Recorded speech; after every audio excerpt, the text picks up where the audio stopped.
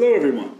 A while back I went over the tools of the industrial design profession and kind of went through my office and small studio there. And today I want to talk about something a little different. So there's a lot of tools in the industrial design profession: markers, clay carving tools, paint brushes, airbrushes, saws, hot glue guns, foam, balsa foam, styling clay, all sorts of things. But there's been a change, and we all know what that is. So I just thought I'd make a old man recognition of how these things that we worked with great care and finesse to make innovative ideas, to create designs, to showcase what we could do and try to present it beautifully, has changed.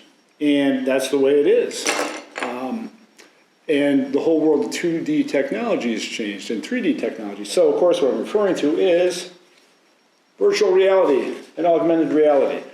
So, clearly, these are the new tools of design, and there's maybe room for old school tools, but there's really no turning back between AR and VR technologies.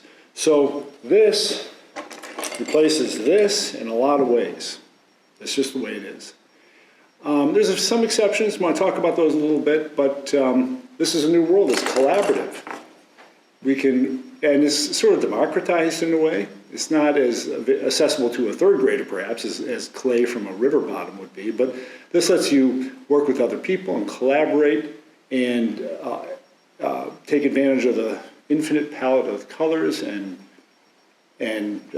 construction methods and all sorts of good things. So it's really a new day for industrial design in terms of creating sculpture, creating ideation perhaps, and I think that's good to recognize. So you have old school down here, new school up here. There is a bit of an overlap. And one of them is, like, if you look at haptic feedback issues, there's still ways to go with that. So when you look at materials selection, you're really hard-pressed not to look at sort of old school physical examples that move the way they actually would in a real product. They look the way they would under different lighting conditions. They drape the way that they should. Really hard to get away from this, even with AR and VR.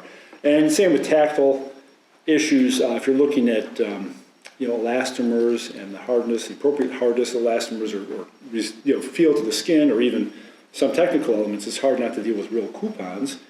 And, so it's sort of this hybrid issue between this and this. That's kind of the state of the art right now at this post-COVID-ish time. And it's interesting because, like, these tools, you get good at them. And for someone like me, you like the visceral interaction between paint and media, whether you're carving, drawing, painting, again, using the carving tools. And, they're kind of part of the history, and they're very accessible, and they're intuitive, and I always think there's a place for it. They're slow, though, and it's kind of isolating. So can you create things like this out of, clay? Yeah, sure. Can you do it with our VR headsets? Yeah, sure.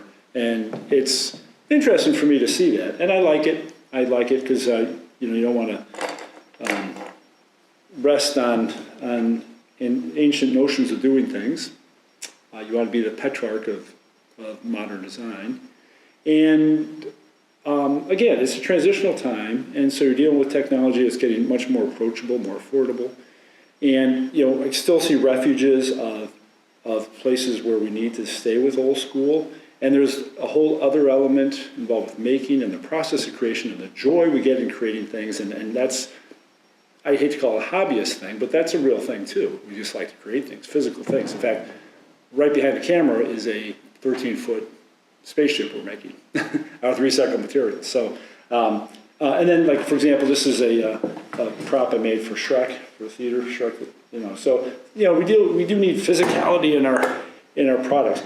What I want to do too is I'm going to do a little bonus thing here. That's just sort of the commentary on the world of virtual reality, augmented reality versus old school stuff, and a place for both. So when you look at sculpture, you think of the relationship between time and the observation. So you move about a sculpture in real time and you see different things, and there's a value to that, as there is holding something and getting that connection. So not getting away from that, but anyway, exciting times. And this isn't new, of course, but it's certainly getting more available. I'm not letting go, go with this, I guess I'm holding on to it, even though what I really like are these.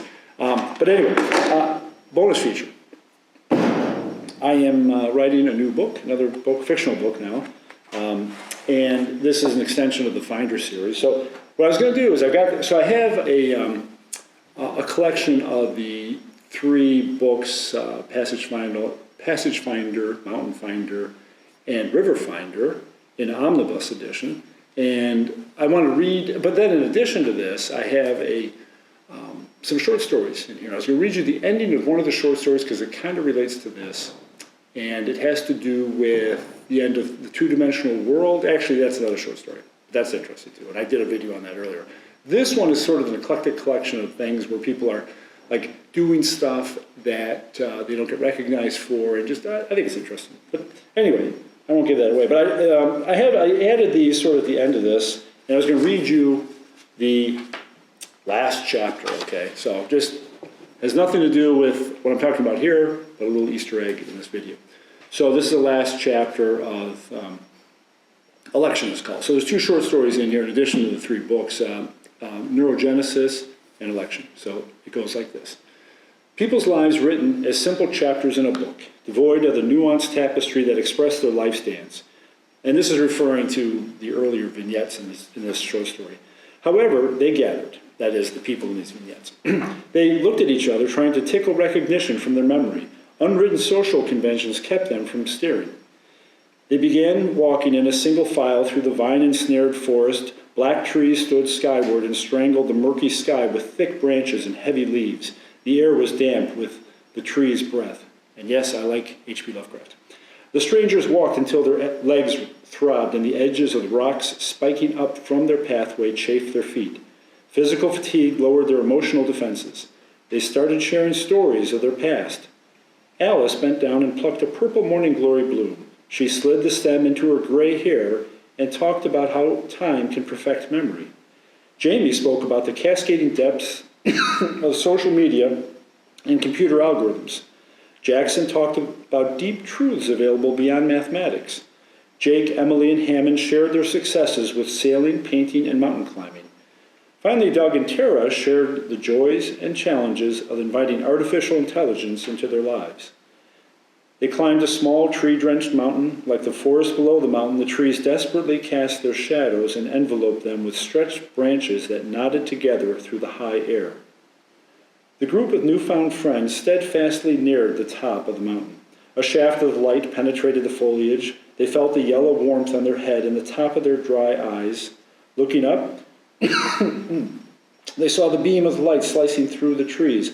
They stopped and huddled elbow to elbow. They saw this light and knew this light could overwhelm the shadows. Smiles raised their drooping cheeks. Their eyes could now use their power to see clearly. The shaft of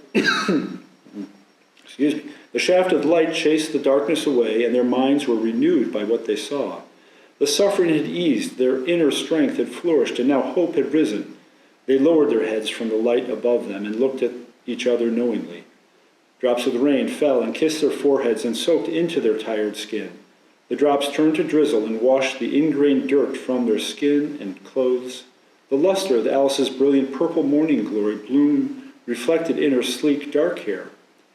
The sun warmed them quickly, and they continued upward. The trees thinned and disappeared. A smooth slab of the rock penetrated the gritty soil. The rock slab let their shoes grip easily, and their walking accelerated to a full stride. They cleared the last low-lying shrubs into the skinny vines that weakly tripped at their feet. They were now standing on the open rock, free of the snares of the dark forest. The light washed on them, and the edges of the trees glowed. They looked down and saw their clothes glowing cleanly. They heard the vague swaying sound of the distant ocean surf. They gathered in a line along the ridge, looking out to where they heard water. A bird flew behind them. Turning, they saw a dove landing on the rock and rest its wings against its body.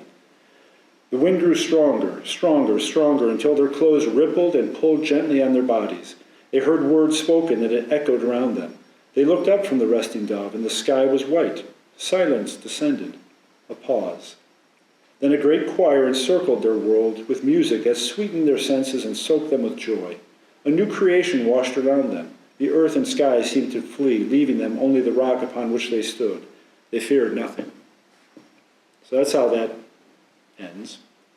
And anyway, a lot of interesting stuff. Thanks for your time.